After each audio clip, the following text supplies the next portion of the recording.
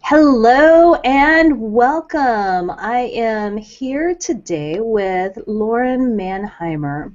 She was at one point an IT business analyst who was working in a job that she had no passion for, waking up so miserable every day she could barely get out of bed.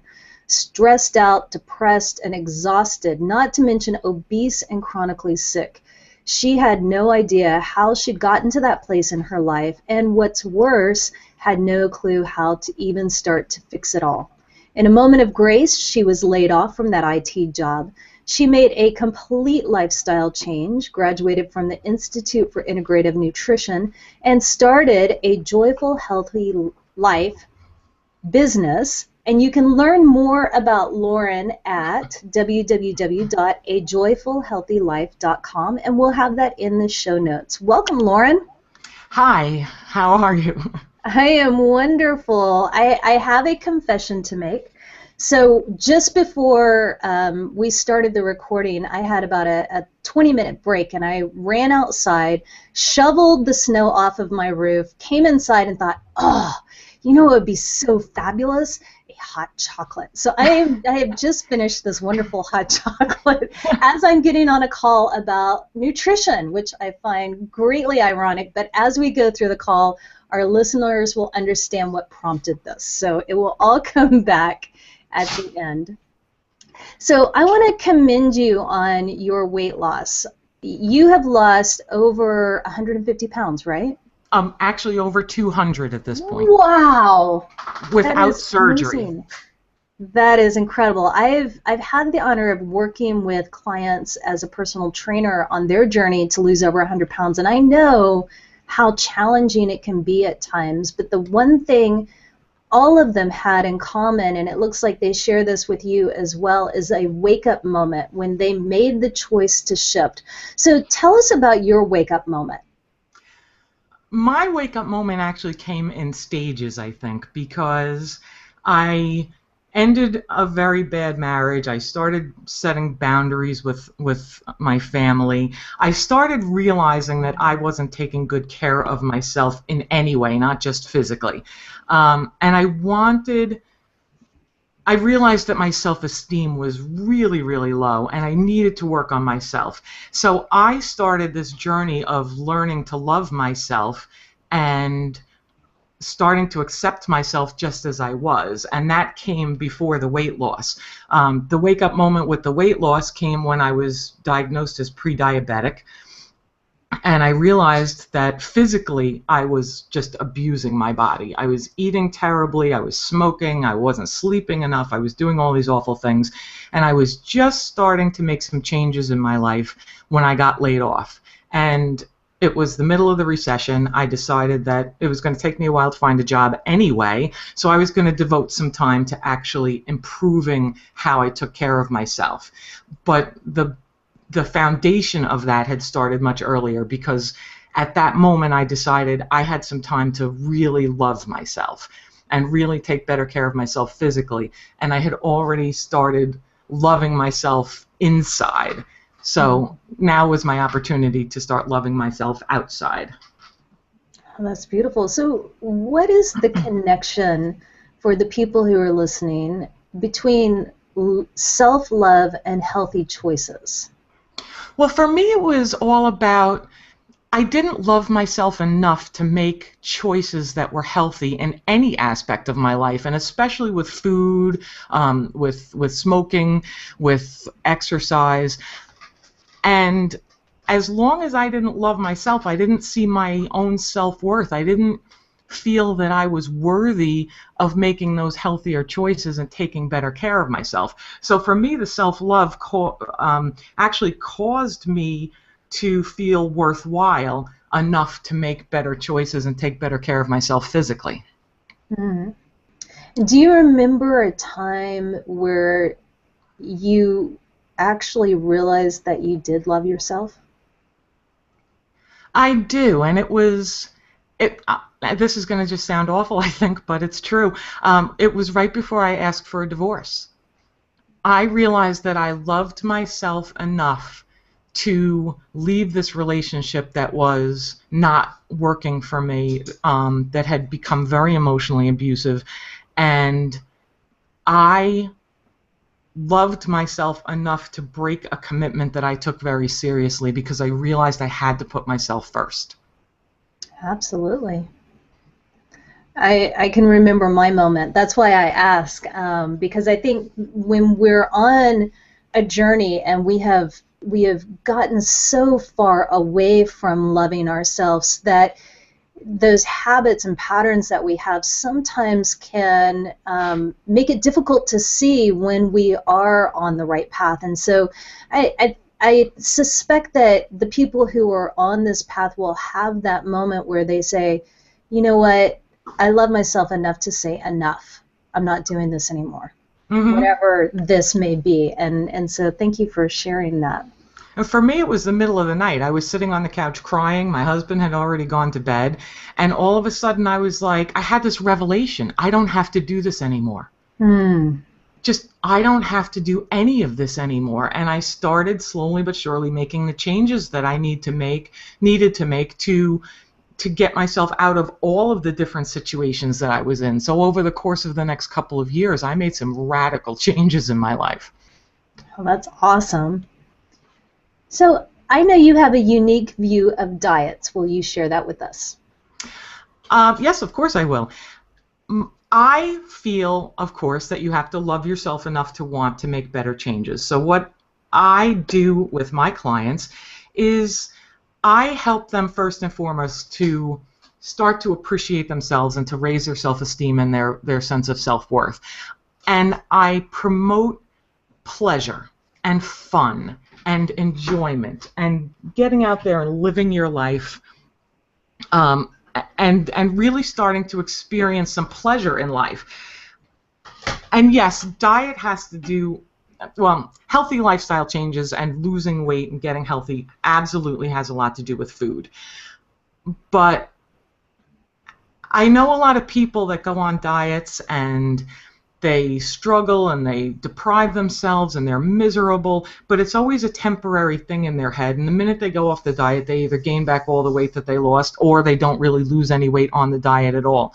And I don't feel that that's a successful way to make a lifestyle change. So what I do is I go even further back from the food and get down to the root of the problem. Raise your self-esteem. Start enjoying your life. Start doing all those things that you're putting off until you get all this weight off. Start having fun. I promote pleasure in eating. Eat slowly and consciously. Enjoy every bite of your food, no matter what it is you're eating. Enjoy it. Experience your food visually. Use all your senses. Experience the texture. Experience the flavor. And just slow everything down a little bit and really start focusing on pleasure.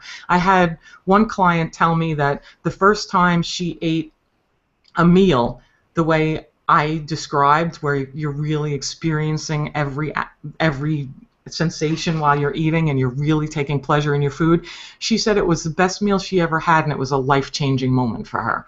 Mm, I Because love that. she never thought about it. She used to just wolf down her meals and, you're working at your desk or you're watching TV while you're eating or talking on the phone. And she really said it was a life-changing moment for her. And as soon as she experienced that, she started losing weight. Well, it's almost as if by doing that, you're giving yourself permission to fully be present and to experience the richness that's there. That's exactly it. And there's no reason why we shouldn't experience our food in our pleasurable way. I saw a meme on Facebook right after the first of the year where everybody was talking about going on diets, and this thing said, diet equals eating food that makes you sad or something like that. And I was like, who wants to spend the whole life being sad? Right. Food is supposed to be enjoyed. Yes, it's fuel. Yes, it's nourishment.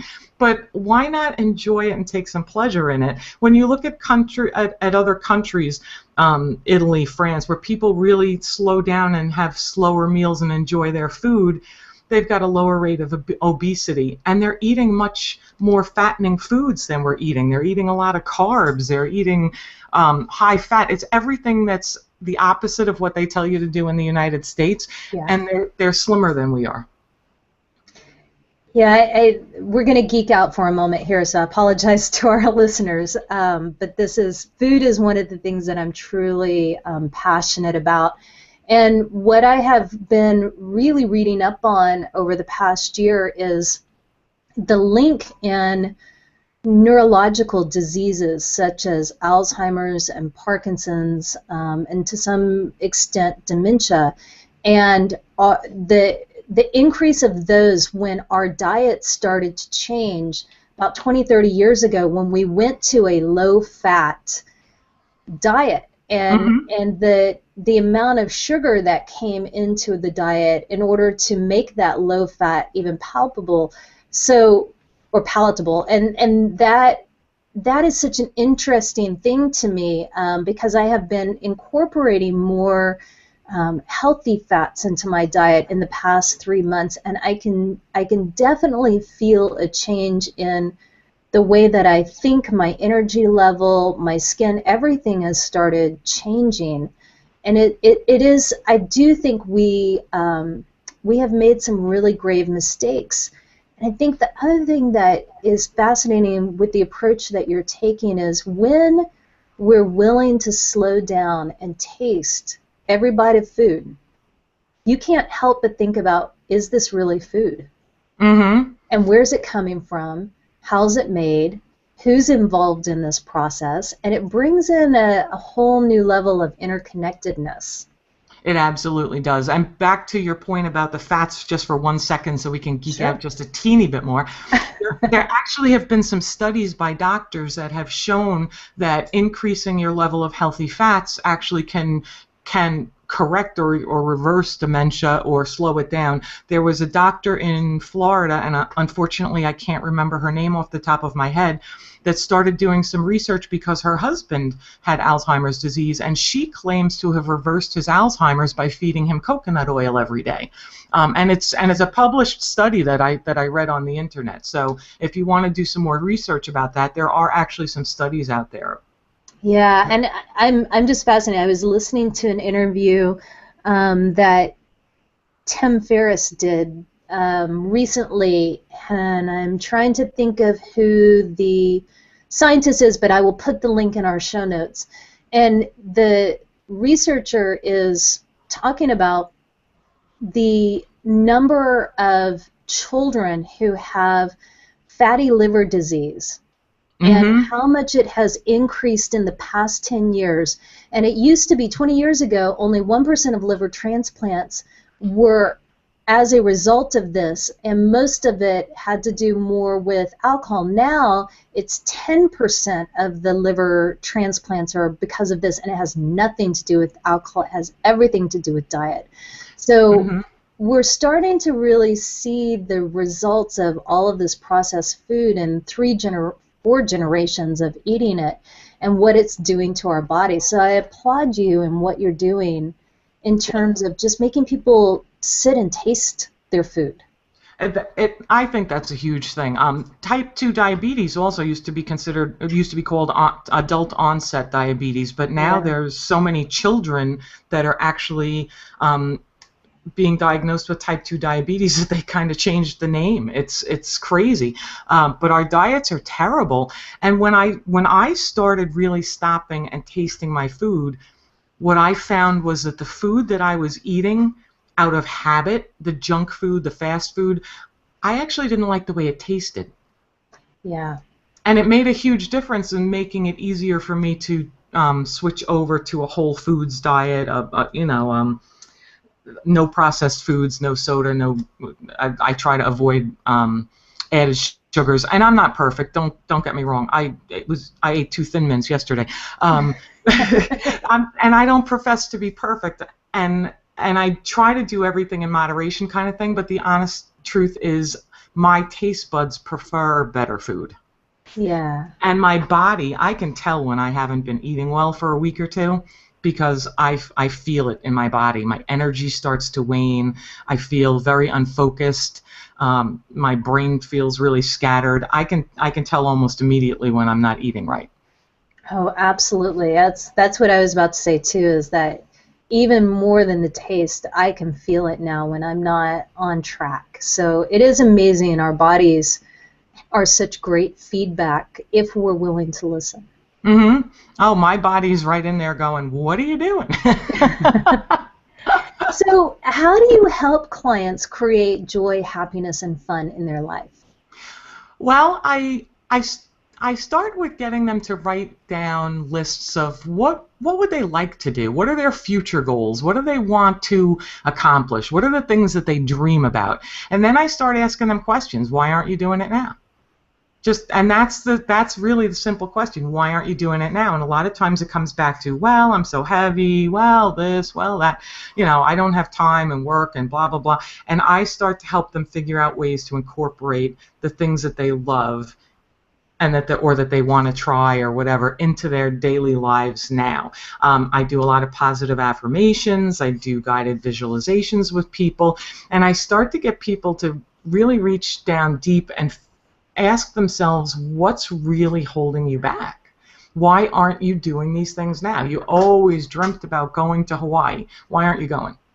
Whatever their thing is that they're like, one day I want to be able to do X, Y, Z. Why aren't you doing it now? And they start to realize that they're manufacturing excuses to not do these things for whatever reasons, and it all a lot of times goes back to self-love. They don't feel they're worthy of doing those things now because they need to lose weight, or they need to get a better job, or they need to do this, they need to do that. And I start helping them overcome those obstacles, and start seeing life in a little bit of a different way. We don't have an unlimited amount of time on this earth. What are you waiting for?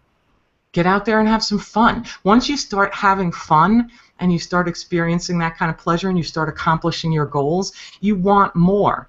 And when you start wanting more, you automatically start wanting to make better choices for your health because you want more time to be able to continue having all this fun. So it's all really tied together. Do you find when you have your clients start doing these exercises that even their perceived biggest dreams are still being held back? Oh, absolutely, yes. Yeah. And it's not difficult to help them dig past that. And one of the questions I ask a lot is, well, why do you want that? Why do you want whatever it is? Why do you want that? And then they come up with a reason that's slightly bigger than what their goal was. And well, why is that? And you just keep just digging and digging and digging a little at a time, and you find out that their real dream is even so much bigger than the one that they expressed. Isn't it amazing how much that surprises people? Yes, it surprised me when I realized it about myself. Yeah, it's so fascinating when you finally give yourself that permission to see it. It's always been there, but to see it, it's shocking. And that's one of the fun moments that I have with my clients too. How can our listeners raise their own self-esteem and sense of self-worth so that making better choices makes them feel happy? Honestly, one of the best ways for people to start really raising their self-esteem is to start telling themselves what they need to hear. And let me explain that. There's a quote that I love. I believe it's Henry Ford that says, "Whether you think you can or you think you can't, you're right." Yes. Whatever you're telling yourself, and it doesn't have to be verbally, it's in your head. Whatever you're telling your body hears. So if you're constantly telling yourself, I'm not worthy, I'm too fat, I'm so ugly, I'm so this, I'm not smart, I'm up, whatever you're telling yourself, it's the truth. So what you need to do is change your truth. And it's going to be uncomfortable at first for most people when they start doing this, but what I usually get my clients to do is I have them look in the mirror and I have them tell themselves, I love you and you are worth the best of everything, or whatever. I tailor the affirmations to the person. So whatever your listeners are struggling with, they need to tell themselves the opposite. But looking in a mirror and making eye contact with yourself is really important.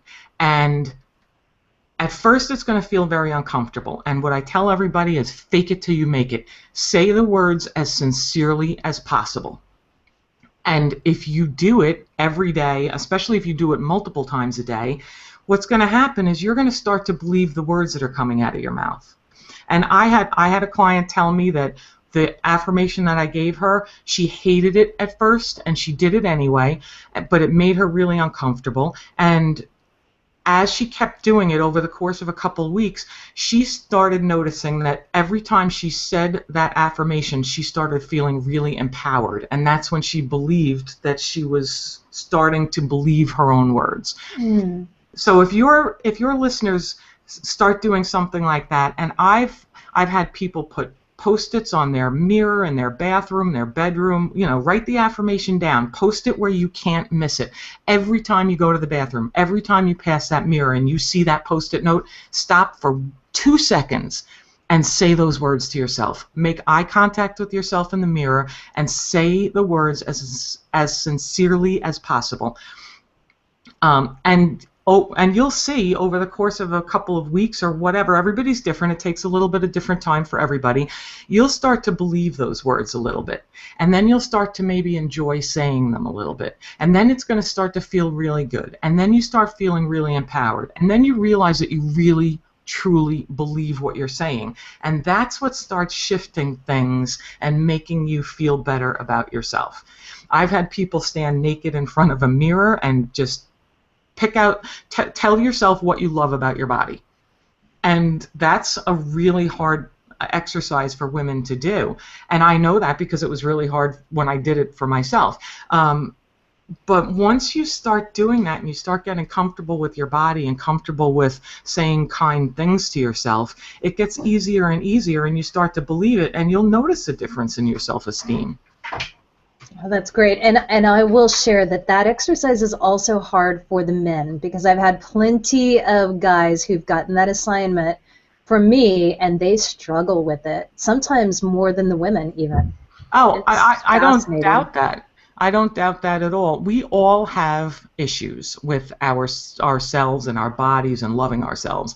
And I think that when I weighed almost 400 pounds, I believed that if I was thin, I would like myself. Mm. And the truth is, no matter what your body type, no matter what your fitness level, there's people out there that you could be a supermodel and hate your body. Being thin or being physically fit doesn't automatically make you like yourself. And actually, liking yourself first makes getting thin and physically fit easier. Absolutely. To get to be 400 pounds, I would imagine that you experienced enough through life to wear you down. How did you learn to start thinking for yourself, creating your own beliefs and values? That was a tough one, because I was actually raised in a religious environment where I wasn't encouraged to think for myself. I wasn't encouraged to form my own belief systems. I was encouraged to believe what I had been taught to believe. Mm. So, and that was never a comfortable thing for me. So as an adult, it was actually a really kind of painful experience. Somewhere along the line, I realized that I had been told what to think my whole life. Even when I got married, my husband he was 10 years older than me, and he kind of directed me in what to believe and what to think. And I started having my own opinions about things as I got a little bit older. I was in my early 20s when we got together. And as I started to grow up and come into my own, and I started struggling to figure out who I was and who I was going to be as I got closer and closer to my 30s, I started slowly but surely voicing my opinion and feeling angry when I was told that I was wrong for what I felt or what I thought. And it was a big struggle, and mostly it was just determination that I wanted to be my own person. I just wanted to be my own person. Yeah. All right, let's lighten it up just a little bit and go back to pleasure. So talk to me about one of my favorite topics here, pleasure.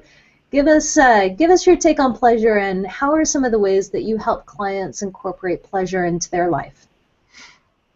Well, I I help them start to see the beauty in every day. And one of the practices that I do every single day is I list at least three good things that happen throughout my day.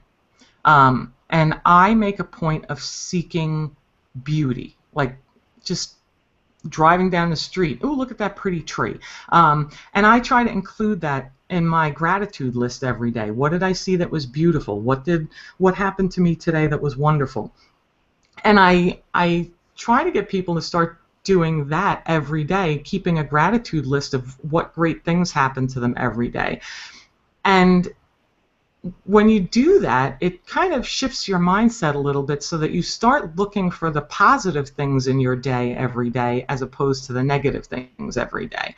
Because I think we all kind of fall into a habit. Well, not all. I hate to generalize like that, but a lot of people tend to fall into a habit, and I know I did, where I was more focused on what went wrong during the day than what went right. Yeah.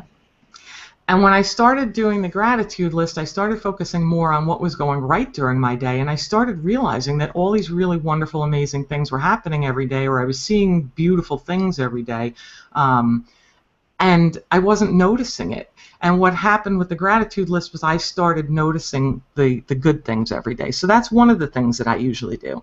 The other thing I do is the mindful eating and focusing on pleasure with eating, and that's very, very important. And I start encouraging my clients to find ways to do something that makes them smile every single day, even if it's just for 2 minutes. A lot of people think, oh, well, if I meditate or if I do this or if I take an art class or whatever it is that they're interested in doing, it's going to be a few hours every day and I don't have time for that. So I get my clients to start working on small things. What's one small thing that you can do? So say you buy yourself a bunch of flowers in the grocery store when you're food shopping. Mm-hmm. Take a second every day to notice those flowers in the vase and just let yourself smile.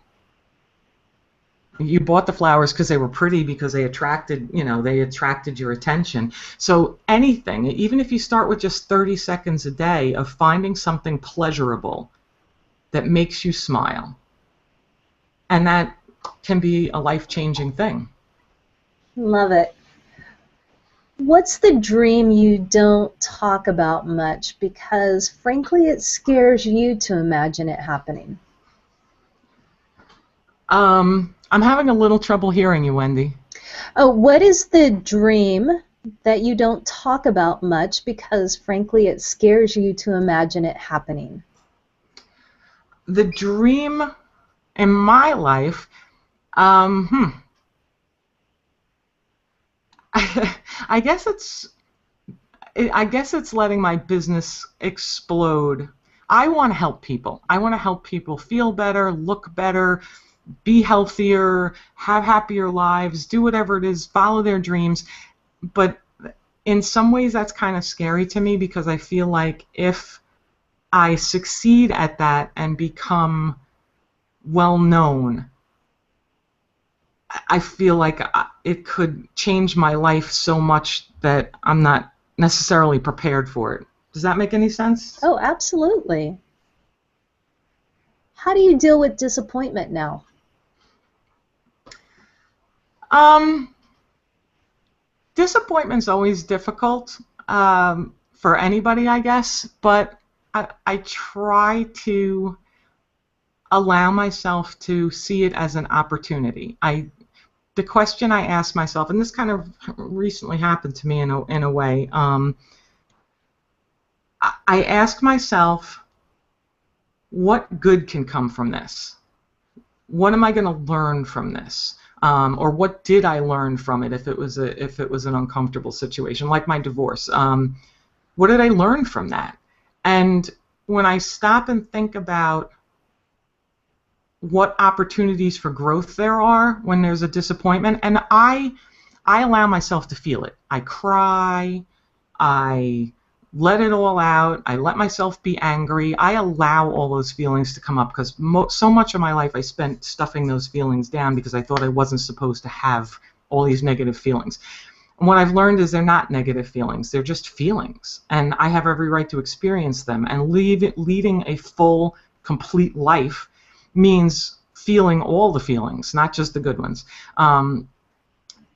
So I let the emotions out, I let it all happen, and then I ask myself, okay, what can I learn from this? Where can I go? What good can come from this? And I try to get my focus back on an opportunity for growth, or an opportunity to see some good and some positive things in whatever happened. And that usually helps me release whatever feelings I'm having that are, I don't want to say negative, but it usually helps me feel better. It usually helps me get back into that positive mindset and start seeing, okay, what can I do with this? What can I make out of this? That is beautiful. Do you have a morning or an evening ritual that keeps you on track? My morning ritual usually is, I have a dog, so I would love to get up and meditate right away and all that, but usually my dog wants to go outside. So I usually wake up and I try to think about what good things happened yesterday and what good can I do today? Who can I help today? What difference can I make in the world today? And I give myself a few minutes to think about that before I get up and take the dog out. And in the evenings, my main ritual really is doing some meditation, even if it's only for 15 minutes, and writing my gratitude list for the day. If you could impart one message to the world and know that people could really hear it, would really hear it, what would it be? Love and accept yourself absolutely, completely, 100%. There's nothing wrong with you. It's a great message. What is the one book you recommend the most? Oh, wow. The one book I recommend the most. That's a tough one.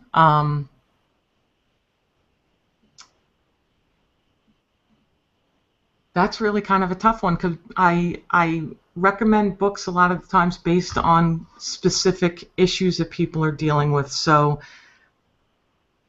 that's a little bit of a tough one. But any book that would encourage you to start seeing the positive things in life and to stop beating yourself up